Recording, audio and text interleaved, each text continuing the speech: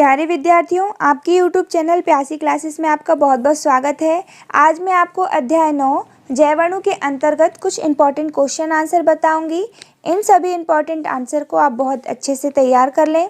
विद्यार्थियों, इस अध्याय के शॉर्ट आंसर आपको इसके पहले वाले वीडियो में मिल जाएंगे, जिसे आप प्लेलिस्ट पर जाकर देख सकते हैं। तो पहला इम्पॉर्टेंट क्वेश्चन हमारा है, जीवों में जल के 3 प्रमुख कार्य लिखिए। तो जल के कार्य हम देख लेते हैं। जल को जीवन के लिए अमृत कहा जाता है।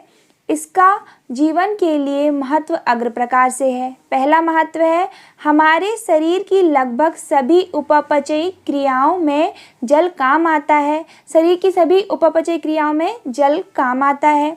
दूसरा है, शरीर में ऑक्सीजन पहुंचाने हेतु जल काम आता है। ऑक्सीजन का परिवहन करने के लिए जल काम में आता है। तीसरा है, हमारे शरीर का 70 से 80% भाग जल से बना होता है। अब दूसरा इम्पॉर्टेंट प्रश्न है हमारा, लिपिड के कार्य का वर्णन कीजिए। तो लिपिड के कार्य का वर्णन करने से पहले हम लिपिड जान लेते हैं कि लिपिड क्या है। लिपिड विविध प्रकार के तैलीय, स्नेहकीय तथा मोम के समान कार्बनिक पदार्थ हैं। इनके उदाहरण हैं खाद्य तेल, घी, मोम, वनस्पति तेल, चर्बी, प्राकृतिक रबड़ लिपिड के उदाहरण हैं। अब कार्य देख लेते हैं। कार्य है, पहला कार्य है शरीर में ऊर्जा संरक्षण करना। लिपिड का पहला कार्य क्या है? शरीर में ऊर्जा का संरक्षण करना। दूसरा है ऊतकों की कोशिका झिल्ली बनाना। तीसरा है हार्मोन और विटामिन के अभिन्न अवयव का निर्माण करना। अब हम तीसरा प्रश्न देख लेते हैं, न्यूक्लियोटाइड एवं न्यूक्लियोसाइड में अंतर स्पष्ट कीजिए। तो न्यूक्लियोटाइड क्या कहलाते हैं? एक न्यूक्लियोटाइड न्यूक्लिक अम्ल की एक पूर्ण इकाई है। एक न्यूक्लियोटाइड 3 चीज़ से मिलकर बना होता है। कौन कौन सी 3 चीज़ होती है? नाइट्रोजनी क्षार, दूसरा है पेंटोज शर्करा, तीसरा है फास्फेट ग्रुप। अब नाइट्रोजनी क्षारक क्या कहलाते हैं? एडेनिन, गुआनिन, थाइमिन, ये क्या कहलाएंगे? नाइट्रोजनी क्षारक कहलाएंगे। पेंटोज शर्करा, जैसे डीएनए में डीऑक्सीराइबोज शर्करा पाई जाती है, आरएनए में राइबोज शर्करा पाई जाती है। तीसरा है फास्फेट ग्रुप, PO4 को फास्फेट ग्रुप कहते हैं। अब न्यूक्लियोसाइड देख लेते हैं। न्यूक्लियोसाइड में एक फास्फेट मूलक PO4 की कमी होती है। न्यूक्लियोसाइड में क्या होता है? PO4 की यानी फास्फेट ग्रुप की कमी होती है। अर्थात न्यूक्लियोसाइड में क्या पाई जाती हैं? 2 चीज़ें पाई जाएंगी। पहला है नाइट्रोजनी क्षारक और दूसरा है पेंटोज शर्करा। एक बार और देख लेते हैं। न्यूक्लियोसाइड में एक फास्फेट मूलक PO4 की कमी होती है, तो इसमें क्या पाए जाएंगे? नाइट्रोजनी क्षारक पाए जाएंगे और पेंटोज शर्करा। हमारा चौथा प्रश्न है, प्रोटीन के प्रमुख कार्य लिखिए। प्रोटीन्स विभिन्न प्रकार के कार्य करते हैं। पहला कार्य है संरचनात्मक प्रोटीन्स। अनेक प्रोटीन्स कोशिकाओं एवं अंगकों की संरचना में भाग लेते हैं, जैसे कोशिका कलाएं, राइबोसोम्स, माइटोकॉन्ड्रिया, लवक, सूक्ष्म तंतु, गुणसूत्र, परागकणों की भित्ति आदि। दूसरा है एंजाइम के रूप में। प्रोटीन्स जैव उत्प्रेरकों का कार्य करते हैं और विभिन्न जैव क्रियाओं का नियमन करते हैं। तीसरा है हार्मोन के रूप में। कुछ हार्मोन प्रोटीन के बने होते हैं, जैसे इंसुलिन व पैराथार्मोन। यह उपापचय नियंत्रित करते हैं। चौथा है एंटीबॉडीज़ के रूप में। इम्यूनोग्लोबिन प्रकार की प्रोटीन रोगाणुओं से शरीर की रक्षा करती है, अतः प्रतिरक्षा में भाग लेती है। इन्हें एंटीबॉडीज़ कहा जाता है। पांचवा है परिवहन के रूप में। कुछ प्रोटीन विशिष्ट प्रकार के अणुओं से बंधित होकर रुधिर द्वारा उनके परिवहन में सहायक होते हैं। अब हम 5वां प्रश्न देख लेते हैं, वॉटसन एवं क्रिक द्वारा प्रस्तुत DNA मॉडल का सचित्र वर्णन करो। विद्यार्थियों, यह प्रश्न बहुत इंपॉर्टेंट है, अधिकांश परीक्षा में पूछा जाने वाला प्रश्न है। तो अब हम इसका आंसर देख लेते हैं। तो इसके आंसर में हमें 3 बिंदु लिखने हैं। पहला है DNA की स्थिति, दूसरा है DNA की आकृति, तीसरा है DNA की संरचना। तो पहले पॉइंट में हम DNA की स्थिति बता देंगे कि DNA का पूरा नाम क्या है, DNA क्या है, कौन सा पदार्थ है और DNA कहाँ पाया जाता है। दूसरे पॉइंट पे हम डीएनए की आकृति बता देंगे कि प्रोकैरियोटिक कोशिका में डीएनए की आकृति कैसी होती है, यूकैरियोटिक कोशिका में डीएनए की आकृति कैसी होती है। तीसरे पॉइंट में हम डीएनए की संरचना का वर्णन कर देंगे। पहला पॉइंट है डीएनए की स्थिति। डीएनए का पूरा नाम डीऑक्सीराइबोन्यूक्लिक अम्ल है। जीवों की कोशिकाओं में डीएनए आनुवंशिक पदार्थ पाया जाता है। यह मुख्यतः यूकैरियोटिक कोशिकाओं की केंद्रक में पाया जाता है। दूसरा पॉइंट है डीएनए की आकृति। डीएनए की आकृति रेखाकार तथा वृत्ताकार होती है।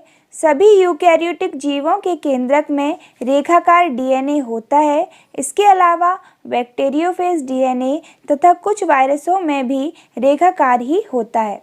प्रोकैरियोटिक कोशिकाओं व कुछ वायरसों में डीएनए वृत्ताकार होता है। इसके अलावा यूकैरियोटिक कोशिकाओं के माइटोकॉन्ड्रिया तथा प्लास्टिस में पाया जाने वाला डीएनए वृत्ताकार होता है। तीसरा पॉइंट है डीएनए की संरचना।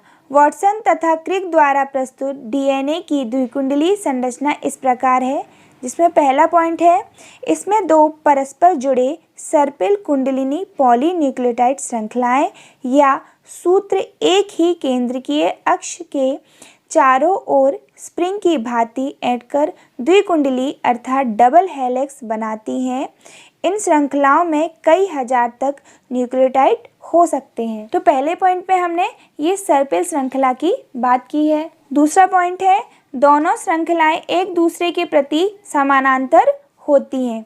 तीसरा पॉइंट है दोनों श्रृंखलाएं मिलकर द्विकुंडली बना लेती हैं। तीसरा पॉइंट है दोनों समांतर श्रृंखलाओं के शर्करा अणुओं के बीच स्थित नाइट्रोजनी बेस के अणु परस्पर कड़ियों से जुड़े होते हैं। इन कड़ियों में केवल दो प्रकार के बंध होते हैं।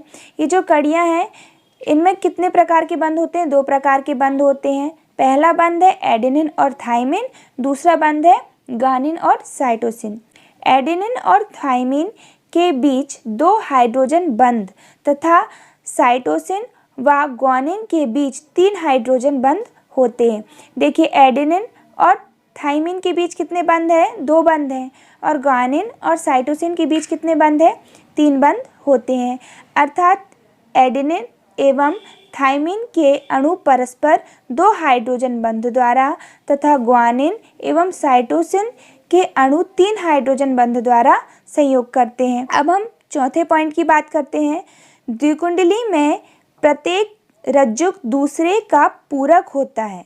अगला पॉइंट है डीएनए द्विकुंडली में क्षारक युग्म एक के ऊपर एक क्रम में व्यवस्थित होकर इसकी द्विकुंडलित संरचना को स्थायित्व प्रदान करते हैं। अब आप इसका चित्र देख लीजिए। कभी कभी केवल चित्र ही पूछ लिया जाता है, लेकिन कभी कभी वर्णन के साथ चित्र पूछा जाता है, इसलिए आप चित्र और वर्णन दोनों अच्छे से तैयार कर लीजिए। हम छठा प्रश्न देख लेते हैं। डीएनए एवं आरएनए में अंतर लिखिए। विद्यार्थियों ये प्रश्न भी बहुत इंपॉर्टेंट है, इसे भी आप अच्छे से तैयार कर लें। तो पहला है डीएनए और आरएनए में अंतर। पहला अंतर है डीएनए केंद्रक के अंदर गुणसूत्र में पाया जाता है, जबकि आरएनए मुख्यतः कोशिका द्रव्य में तथा केंद्रक के अंदर केंद्रिका में पाया जाता है। दूसरा अंतर है डीएनए 2 पॉलीन्यूक्लियोटाइड श्रृंखला का बना होता है, जबकि आरएनए अणु केवल एक पॉलीन्यूक्लियोटाइड श्रृंखला का बना होता है। तीसरा है डीएनए में डीऑक्सीराइबोस शर्करा के अणु होते हैं, जबकि आरएनए में राइबोस शर्करा होती है।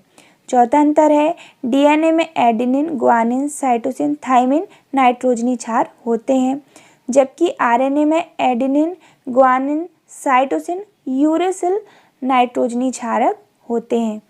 पांचवा अंतर है डीएनए में आनुवंशिक सूचनाएं संचित रहती हैं, जबकि आरएनए प्रोटीन संश्लेषण में भाग लेते हैं। अंतर है डीएनए में द्विगुणन की क्षमता होती है, जबकि आरएनए में द्विगुणन की क्षमता नहीं होती। सातवां है डीएनए में उत्परिवर्तन होते हैं, जबकि आरएनए में उत्परिवर्तन नहीं होते। अब हमारा अगला प्रश्न है कार्बोहाइड्रेट के प्रकार एवं उनके कार्य का वर्णन कीजिए। तो हमें कार्बोहाइड्रेट के प्रकार एवं उनके कार्य को पढ़ने से पहले कार्बोहाइड्रेट क्या है ये समझना ज़रूरी है। तो कार्बोहाइड्रेट्स नाम से ही समझ में आ रहा है, बस मैंने ये आपको समझाने के लिए दिया है। आपको नोट्स में ऐड करना है तो कर सकते हैं, नहीं करना तो ना करें। बस मैंने आपको ये समझाने के लिए बताया है। तो नाम से ही समझ में आ रहा है कि कार्बोहाइड्रेट्स क्या हैं। कार्बोहाइड्रेट्स, कार्बो प्लस हाइड्रेट्स, कार्बो अर्थात कार्बन, हाइड्रेट्स अर्थात वाटर। तो कार्बोहाइड्रेट्स, कार्बन के हाइड्रेट्स क्या कहलाते हैं? कार्बोहाइड्रेट्स कहलाते हैं। इसका सामान्य सूत्र क्या है? CnH2ON। अब इसकी डेफिनेशन देख लेते हैं हम। कार्बोहाइड्रेट्स का निर्माण कार्बन, हाइड्रोजन एवं ऑक्सीजन के संयोग से होता है। अभी हमने क्या समझा कि कार्बोहाइड्रेट्स का निर्माण कैसे होता है। तो कार्बोहाइड्रेट का निर्माण कैसे होता है?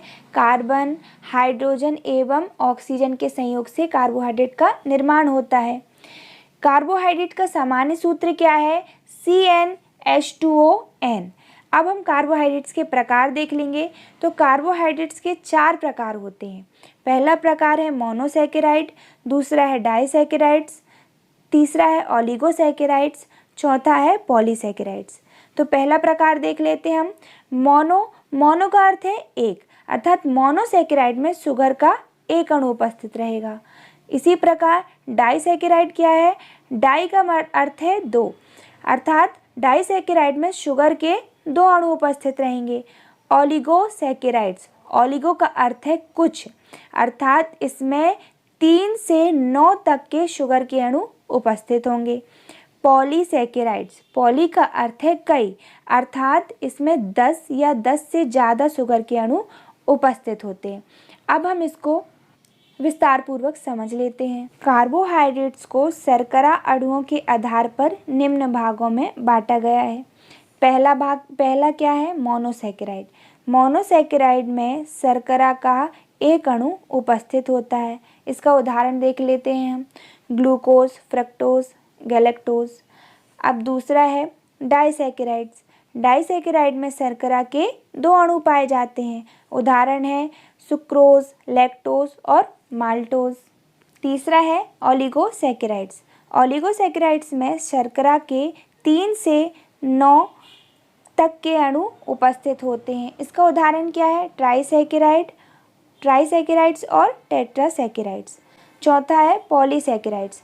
पॉलीसैकेराइड में शर्करा के 10 या 10 से ज़्यादा अणु पाए जाते हैं। इसका उदाहरण है स्टार्च, ग्लाइकोजन, सेल्यूलोज, काइटिन इत्यादि। अब हम कार्बोहाइड्रेट के कार्य देख लेते हैं। पहला कार्य है यह पौधों में कोशिका भित्ति का निर्माण करते हैं। दूसरा कार्य है यह वनस्पति में स्टार्च एवं जंतुओं में ग्लाइकोजन के रूप में खाद्य पदार्थ की भांति कार्य करते हैं। तो विद्यार्थियों, इस वीडियो में मैंने आपको इस अध्याय के सभी इम्पॉर्टेंट लॉन्ग आंसर बताने के प्रयास किए हैं। इन सभी इम्पॉर्टेंट आंसर को आप बहुत अच्छे से तैयार कर लें। और अगर आपको ये वीडियो पसंद आता है तो वीडियो को लाइक करें, अपने दोस्तों तक शेयर करें और चैनल को सब्सक्राइब करें। धन्यवाद।